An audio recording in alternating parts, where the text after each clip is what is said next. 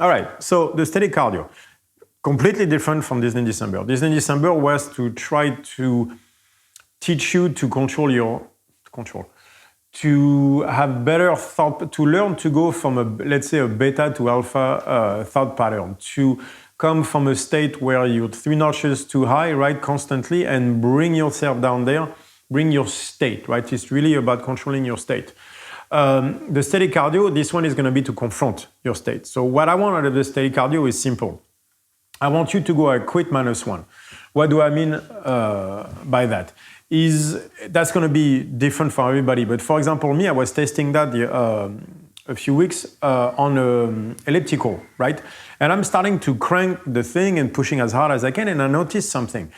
When my heart rate was reaching 160, that's when I felt my heart like starting to pump the blood really hard. This is where the freak out happened. And every time that feeling of defeat, not defeat, but that feeling of like, okay, I want to quit, was exactly at 160. So what I did is I got at 155. And at 155, it required a lot of focus, right? A lot of concentration, but I could stay there and keep going. 160 meant I wanted to quit.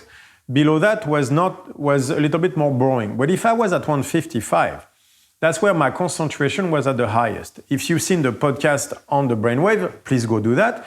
You'll notice I'm in the beta wave 2, not 3. 3 is surprise, freaking out, and everything.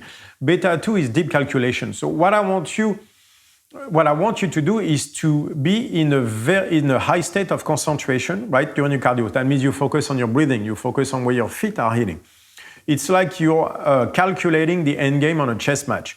You go there and you go at that heart rate right below that where you cannot do this anymore. So you calculate where you start to freak out, where you go beta 3, and you go right below that, and then you're going to stay there. Why? 2 reasons. The first reason is to teach you to handle stress without spiking. If you look at the sled, if you look at heavy lifting or whatever, what do? I explode, and then I go into my corner, relax, recompose myself, come back, explode, go into my corner. But so there's a lot of going away from the stress into my corner to recompose myself, to come back, to affront the situation through a spike again. You can recognize either your attitude at work, your attitude in your relationship, and things like that. Not always the most positive way to do it. Sometimes very necessary, but not exactly how you want to do it every time, right? You do not have to spike and just confront and explode and then walk away continuously. That can lead to issues if that's the only way you react in life, right? So the steady cardio, what we're going to do, we're going to teach you to handle stress without spiking at your highest capacity. So that doesn't mean doing the heart rate at 130, because that's not realistic. That's not how you deal with life, right? You don't want to be at a 6 to deal with stress. On the contrary, that's not how this works. The environment, when the stress arrives, is making you deal with it at the best of your capacity. I just don't want you to take it too far where you spike and you have that feeling of, oh my God, I want to quit. So what I want is that quit -1, right? And we're going to stay there to teach you to deal with stress continuously without spiking at your highest possible concentration.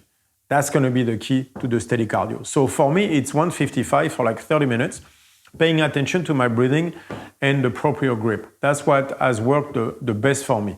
What this will do also is it will build your VO2 max.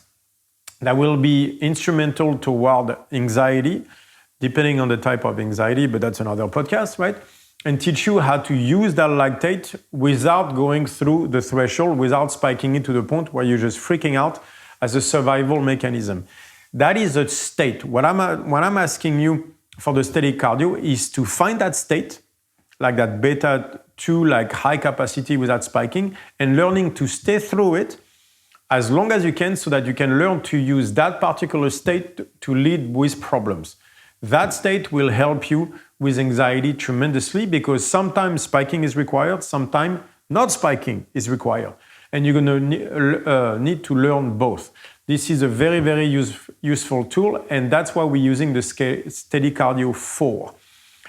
That VO2 max matters a lot, and the recovery from VO2 max matters a lot in very, very specific context that we'll talk about more. Thank you, guys. Cool.